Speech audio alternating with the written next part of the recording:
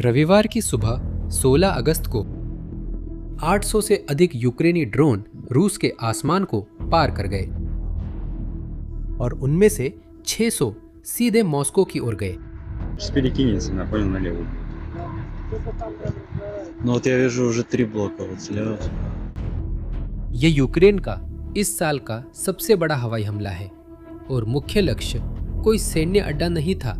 ये पूरे रूस का सबसे बड़ा गोदाम था जो पूरी तरह जल गया, जिसके अंदर $1.5 अरब की माल थी।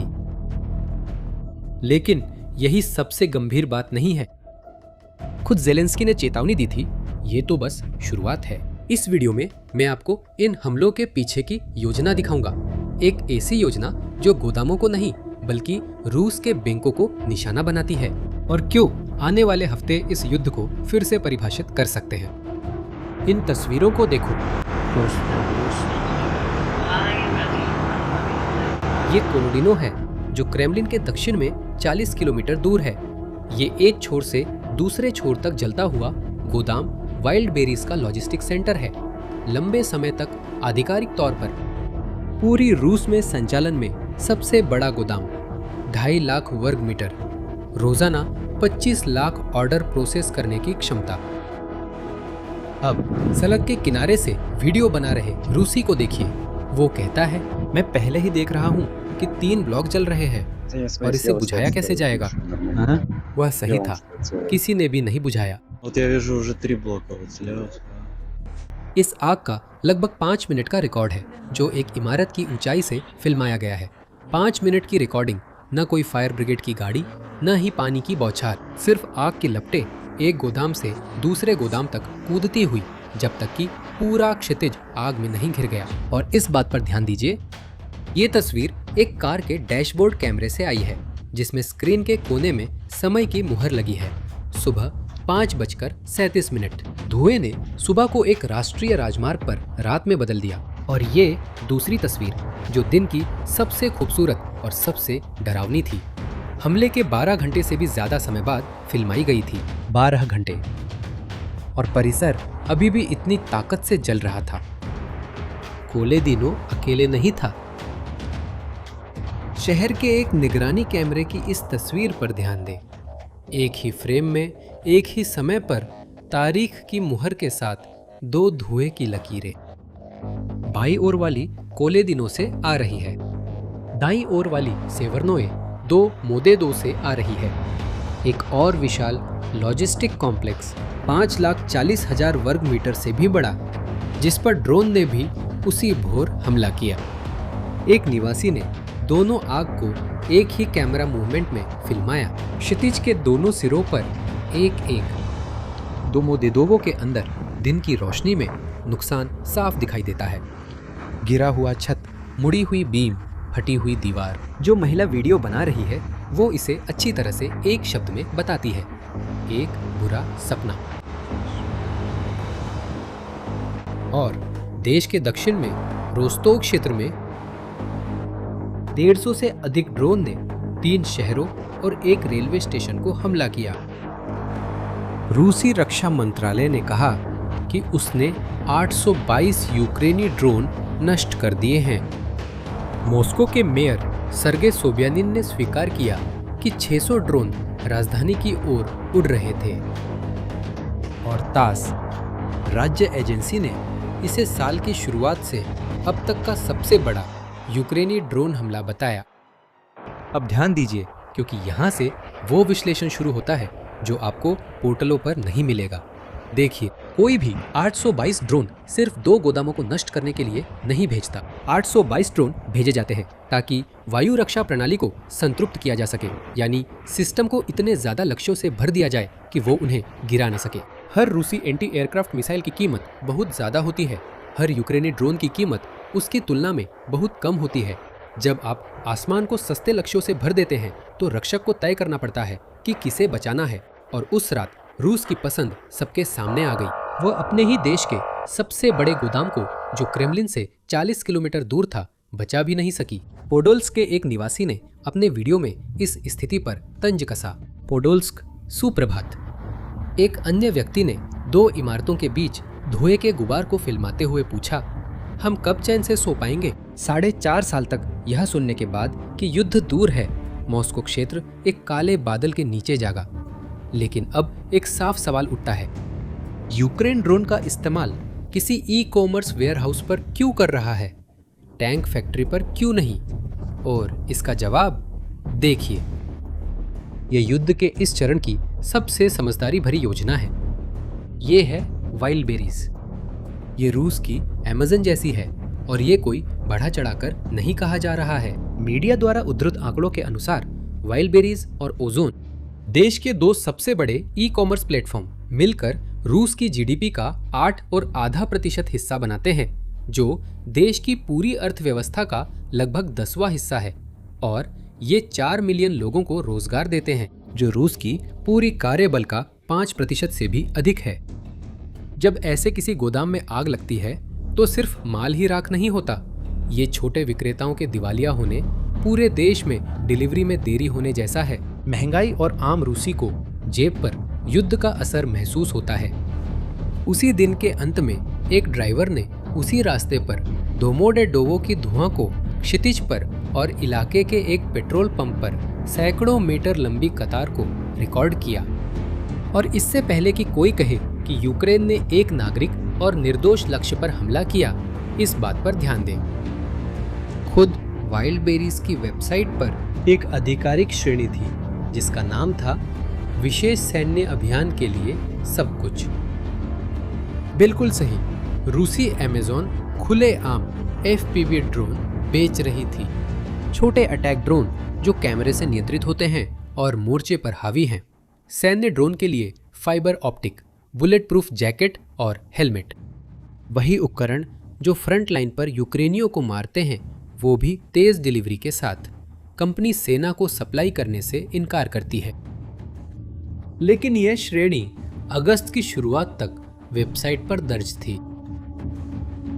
यूक्रेन ने यह निशाना यूं ही नहीं चुना, वाइल्ड बेरीज ने खुद को आगे किया था। और रविवार को जो हुआ वह कोई अलग थलग घटना नहीं थी। यह एक व्यवस्थित अभियान का सबसे हालिया अध्याय था। 18 जुलाई से यूक्रेन ने पूरे रूसी क्षेत्र में कंपनी की 20 से अधिक सुविधाओं को निशाना बनाया है। CNN ने स्वतंत्र रूप से पुष्टि की है कि ये तस्वीरें वास्तव में कोलेदिनो की ही हैं। और इस अभियान का उद्देश्य संक्षेप में बताया, युद्ध को आम रूसी लोगों के घर तक ले जाना और हर दिन की लड़ाई को रूसी सरकार के लिए और महंगा बनाना। ये तस्वीरें उदाहरण के लिए बस्कोरतोस्तान की है, जो मॉस्को से 1200 किलोमीटर से भी ज़्यादा दूर है, वोल्गा नदी के दूसरी तरफ। अभियान ने पूरे देश को प्रभावित किया और ये सिर्फ ड्रोन तक सीमित नहीं था। अगस्त में यूक्रेनी सैन्य खुफिया के हैकरों ने कंपनी का डिजिटल ढांचा ठप कर दिया। भुगतान रुक गए, ग्राहक सेवा ठप हो गई और नतीजे आंकड़ों में दिखाते हैं कि यह काम कर रहा है। यूक्रेन के रक्षा मंत्रालय के अनुसार कोलेदिनो के गिरने के साथ वाइल्ड बेरीज के 10 में से 7 सबसे बड़े वितरण केंद्र काम से बाहर हो गए हैं। कंपनी पहले ही 10 लाख से ज्यादा वर्ग मीटर गोदाम खो चुकी है। उसकी आमदनी लगभग 1/4 गिर गई है और अनुमानित नुकसान अब $12 अरब के करीब पहुंच गया है। लेकिन माल को नष्ट करना अभी सिर्फ ऊपर की बात है। असल योजना तो किसी और चीज को निशाना बना रही है, बैंक। और यही से मामला गंभीर हो जाता है। हमले की सुबह फायर पॉइंट ऑपरेशन में इस्तेमाल किए गए ड्रोन की यूक्रेनी निर्माता फायर पॉइंट ने निम्नलिखित प्रकाशित किया। सभी को सुप्रभात। कोलेदिनो में वाइल्ड बेरीज को छोड़कर, और उसने जिम्मेदारी ली। हमले में FP1 का इस्तेमाल हुआ, जो ड्रोन खुद कंपनी बनाती है।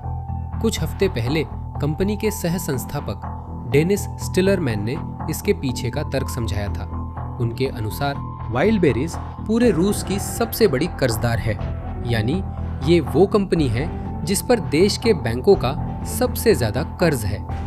कंपनी ने बड़े बड़े कर्जों के दम पर तरक्की की है, जिनमें से एक बड़ा हिस्सा VTB से लिया गया है, जो देश का दूसरा सबसे बड़ा बैंक है और सरकार के नियंत्रण में है। और फिर ये गणित रूसी सरकार के लिए डरावना हो जाता है। अगर वाइल्ड बेरीज डूबती हैं तो वो अकेली नहीं गिरेगी। स्टिलरमैन की राय में इसके ढहने से वे बैंक भी डूब जाएंगे जिन्होंने इसे फाइनेंस किया है, जिसमें खुद वीटीबी भी शामिल है। सोचिए इसका डोमिनो इफेक्ट कितना बड़ा होगा। एक सस्ता ड्रोन गोदाम को नष्ट कर देता है। नष्ट हुआ गोदाम डूबे हुए कर्ज में बदल जाता है। डिफॉल्ट बैंक को प्रभावित करता है। बैंक सरकारी है और रूसी राज्य जो पहले से ही प्रतिबंधों और युद्ध खर्चों से जूझ रहा है, उसे सिस्टम को बचाना पड़ता। मेरी समझ में हम एक अनोखी स्थिति का सामना कर रहे हैं। दुश्मन देश को कर्ज के जरिए तोड़ने की कोशिश की जा रही है। ये एक सिद्धांत है, लेकिन आने वाले महीनों में पता चलेगा कि क्या वाकई ऐसा ही है और सबसे महत्वपूर्ण, क्या ये काम कर रहा है। लेकिन ये नकारा नहीं जा सकता कि चुने गए लक्ष्य इतने सही है कि ये महज संयोग नहीं हो सकता। और अब मुझे तुम्हें शुरुआत वाले रहस्य का जवाब देना है। मैं तुम्हें एक ऐसी बात बताता हूं जो तुम्हें उलझन में डाल देगी। वाइल्ड बेरीज, ये कंपनी जो हमलों का निशाना बन रही है, जानती थी कि कोलेदिनो पर हमला होगा। हाँ, उसे पता था। आखिरकार वह परिसर कंपनी के 2 सबसे बड़े गोदामों में से था और दूसरा इलेक्ट्रोस्टाल में जुलाई में ही राख बन चुका था। 10 में से 7 सबसे बड़े वितरण केंद्र पहले ही गिर चुके थे। ये बस कुछ दिनों की बात थी और फिर भी कोलेदिनो भरा हुआ ही जल गया। विश्लेषकों के अनुमान के अनुसार वहां लगभग $1.5 अरब की माल थी। अब सवाल आता है, क्यों? और जवाब से पहले ये करो, चैनल को सब्सक्राइब करो और घंटी को एक्टिवेट करो, क्योंकि इस कहानी का हर हफ्ते नया चैप्टर आएगा और हम यहाँ रहेंगे ताकि तुम्हें जानकारी देते रहें। तो फिर उन्होंने खाली क्यों नहीं किया? ठीक है, ईमानदारी से कहे तो बाहर का कोई भी व्यक्ति पक्के तौर पर नहीं जानता, लेकिन मैं तुम्हें संभावनाएं बताऊंगा। लेकिन याद रखना, ये सिर्फ संभावनाएं हैं। उनमें से पहला कारण है भौतिक असंभवता। ऐसा इसलिए क्योंकि जो गोदाम रोज 2.5 मिलियन ऑर्डर प्रोसेस करता है, वो एक हफ्ते में खाली नहीं हो सकता, खासकर जब बाकी बड़े गोदाम भी राख हो गए हों। दूसरी वजह कुछ साधारण हो सकती है, जैसे इनकार करना।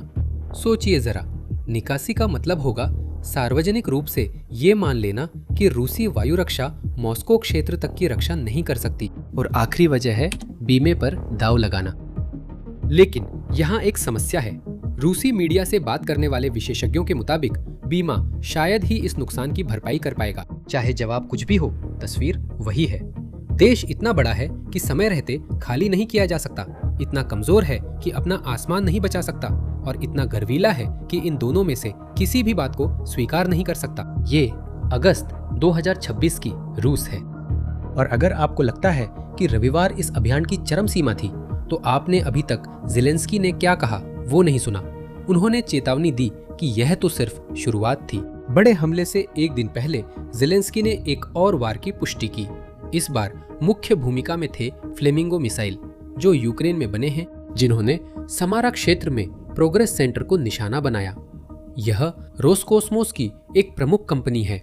रूसी अंतरिक्ष एजेंसी की यह कंपनी सीमा से 900 किलोमीटर दूर है। इन तस्वीरों को देखिए। आधी रात को आग का गोला और सुबह को इमारत के पीछे से उठता काला धुआं। कुछ दिन पहले यूक्रेन ने टोबोल्स्क में तेल उद्योग पर हमले की पुष्टि की थी, और टोबोल्स्क साइबेरिया में है।